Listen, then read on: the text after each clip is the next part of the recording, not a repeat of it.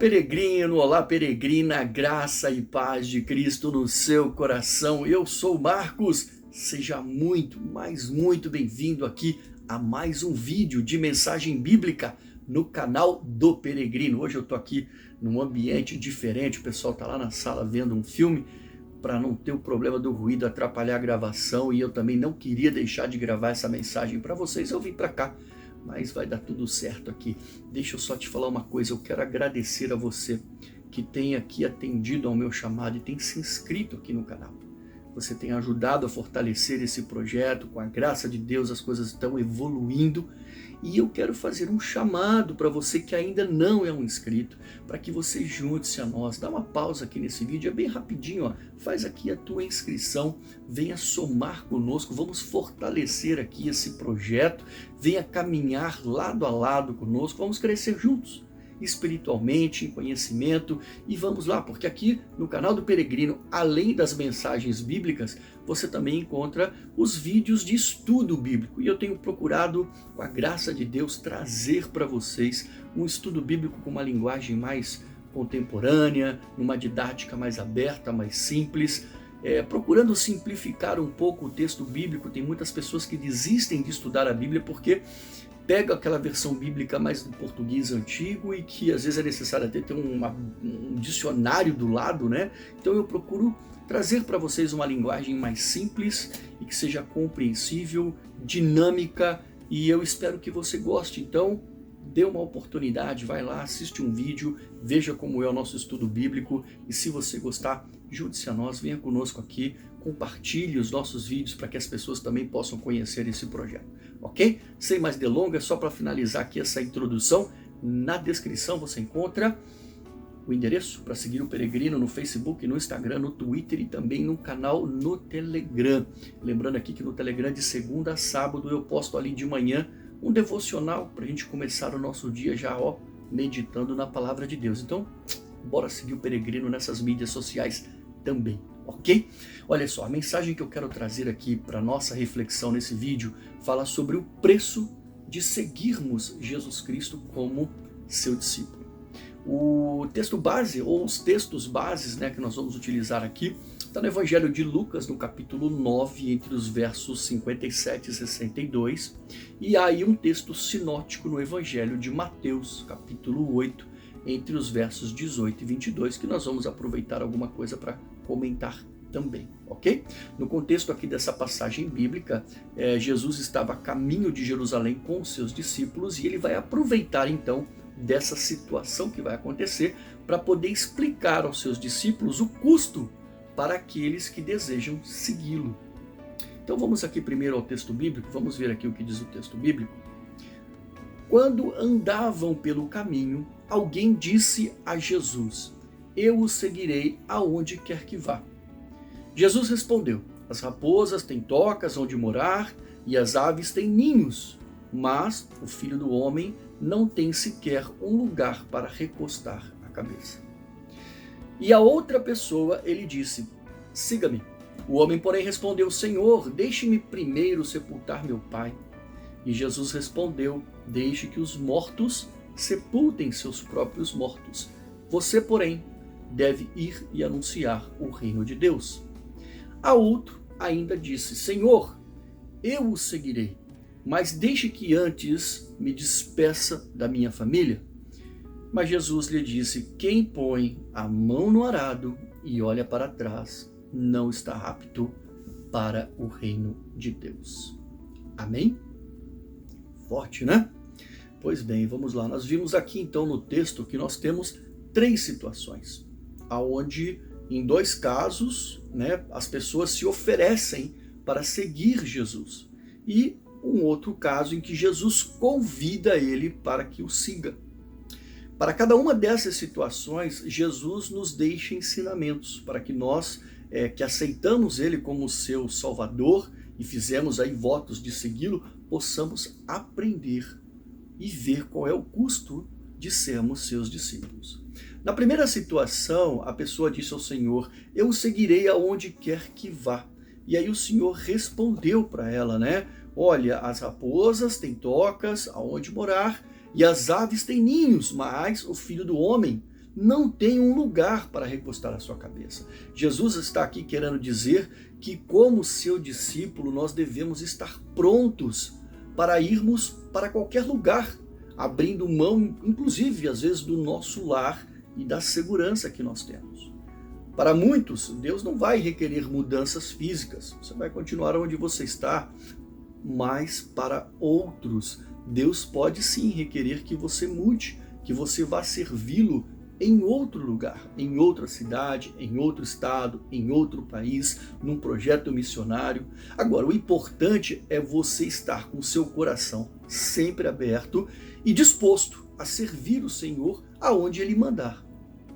Há pessoas que às vezes criam raízes profundas e não conseguem sequer imaginar morando em outro lugar.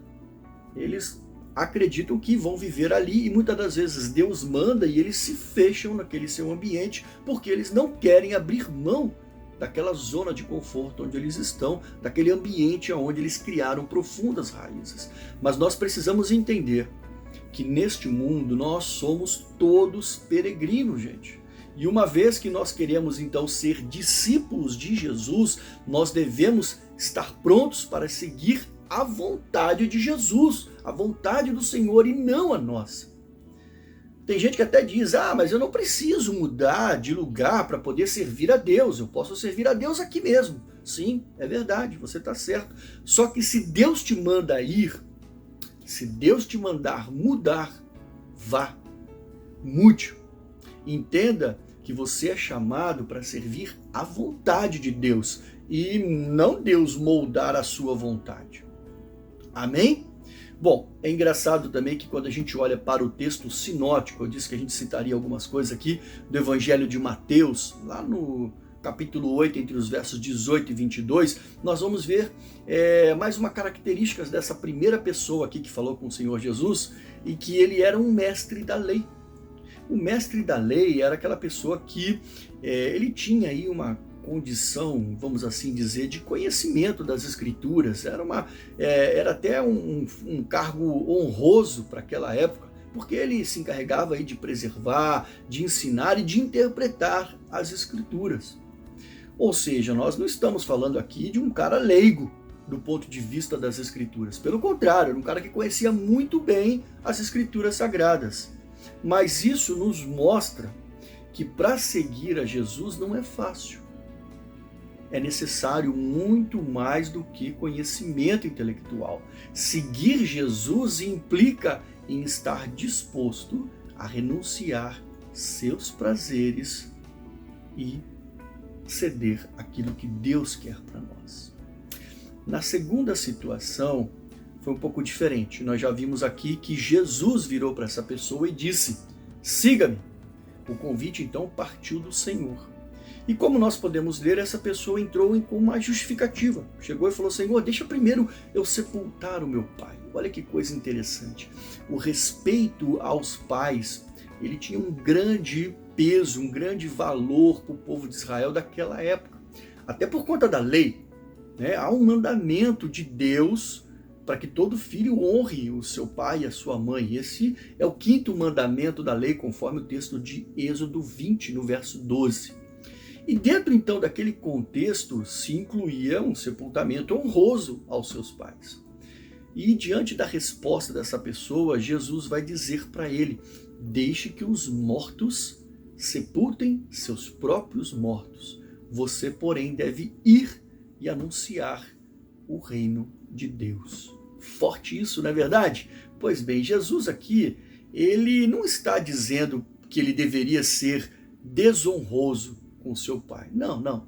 Ele, em hipótese alguma, estava mandando ele desconsiderar o quinto mandamento da lei. Mas, presta atenção, ele está chamando a atenção daquela pessoa, e nossa também, para o fato de que o relacionamento com Deus deve ter primazia sobre todo o relacionamento com os homens. Está claro isso para você? Em primeiro lugar, na nossa vida, deve vir sem sombra de dúvida o nosso relacionamento com Deus. Não é por acaso aí que a adoração a Deus é colocado como o primeiro mandamento. é o primeiro de todos, ok?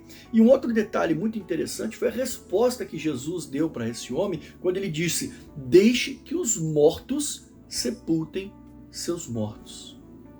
Ou seja, que os mortos espiritualmente se encarreguem de enterrar fisicamente os mortos. Um discípulo de Jesus, ele é alguém que já passou pela conversão. Logo, é alguém que já nasceu de novo e nova criatura é. Espiritualmente falando, não estamos mais mortos, pois pela graça de Cristo nós fomos regenerados.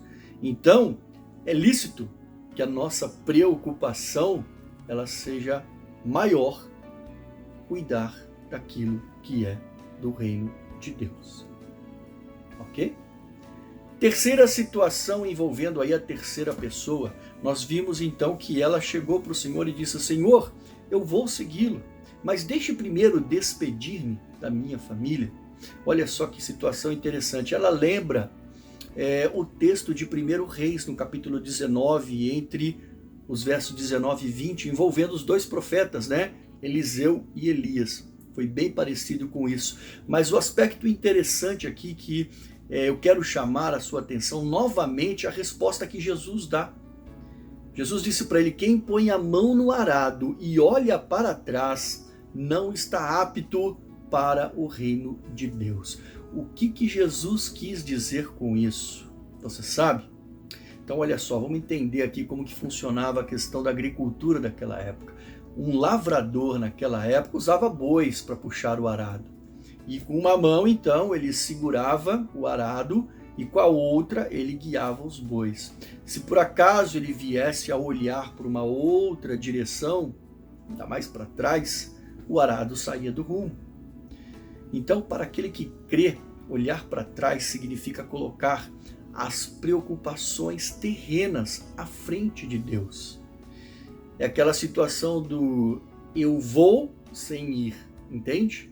Ou então aquela do estar sem pertencer. Pois bem, quer seguir a Jesus, mas não quer abrir mão do mundo. E de certa forma permite que o mundo dite as regras do seu relacionamento com Deus. Bom, olha só. Em resumo, você deve ter percebido aí que seguir Jesus requer submeter a sua vida a Cristo. Correto? Entendeu isso? Agora sim, é como então Jesus disse lá em Mateus, que Mateus registrou no capítulo 16, no verso 24. Se alguém quiser vir após mim, renuncie-se a si mesmo e siga-me. Jesus não está te obrigando a segui-lo, é uma escolha. É uma escolha que você deve fazer. E essa escolha, sim, ela vai querer renúncias. É uma escolha que requer renúncias. Em Lucas, no capítulo 14, 26, Jesus também disse: se alguém que me segue amar pai e mãe, esposa e filhos, irmãos e irmãs, e até mesmo a própria vida, mais do que a mim, não pode ser meu discípulo. Não sou eu que estou dizendo não, tá? Não adianta ficar bravo comigo não, foi Jesus quem falou. Ou seja, significa dizer que realmente nós devemos deixar tudo para seguir a Cristo. E ele voltou a falar isso em Lucas, capítulo 14, verso 33, quando ele disse: da mesma forma, ninguém pode se tornar meu discípulo sem abrir mão de tudo o que possui. Tem gente que se prende no carro, na casa, no trabalho, nas coisas materiais, não é verdade? Tá aí. Bom, é perseverar, meu amado, é perseverar na jornada.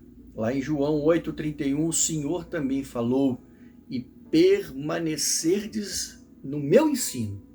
Se permanecerdes no meu ensino, verdadeiramente sereis meus discípulos.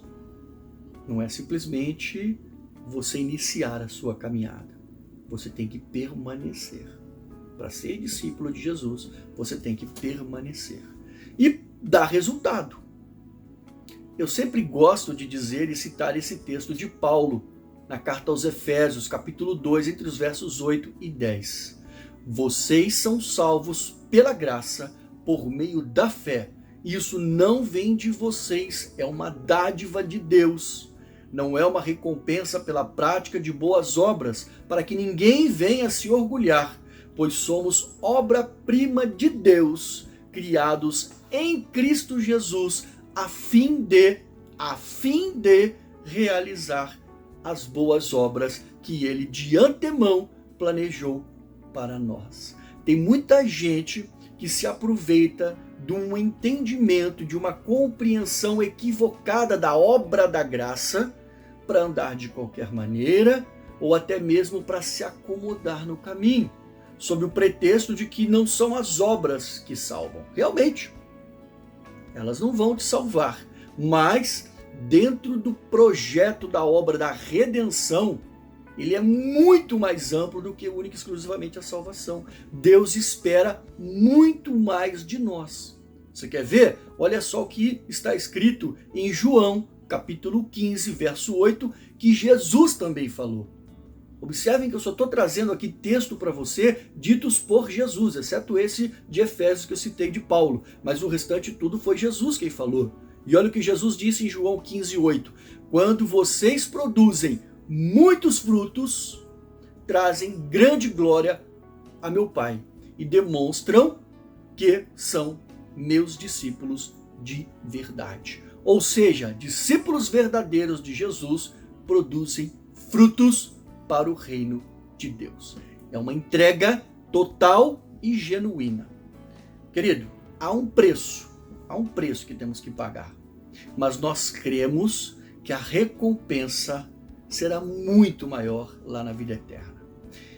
É colocar verdadeiramente, presta atenção, o reino de Deus e a sua justiça em primeiro lugar, sem se preocupar aí com as demais coisas. Pois, como está escrito em Mateus 6,33, as demais coisas, aquilo que for necessário para a nossa vida terrena, o Senhor vai suprir. Amém? Desejo aqui que essa mensagem possa tocar o seu coração. E a minha oração é para que o Espírito Santo trabalhe na sua vida, te mostrando o caminho e a direção que você precisa seguir. Que Deus abençoe você grandemente. E como eu já disse no início dessa mensagem, se você ainda não é um inscrito, olha só, junte-se a nós. Não esqueça de deixar aí o seu curtir, o seu comentário, fique super à vontade aí para comentar. É importante você comentar e se manifestar. E claro, compartilhe essa mensagem com as pessoas que você gostaria de abençoar. Forte abraço e, se Deus quiser, até o nosso próximo vídeo aqui no canal do Peregrino.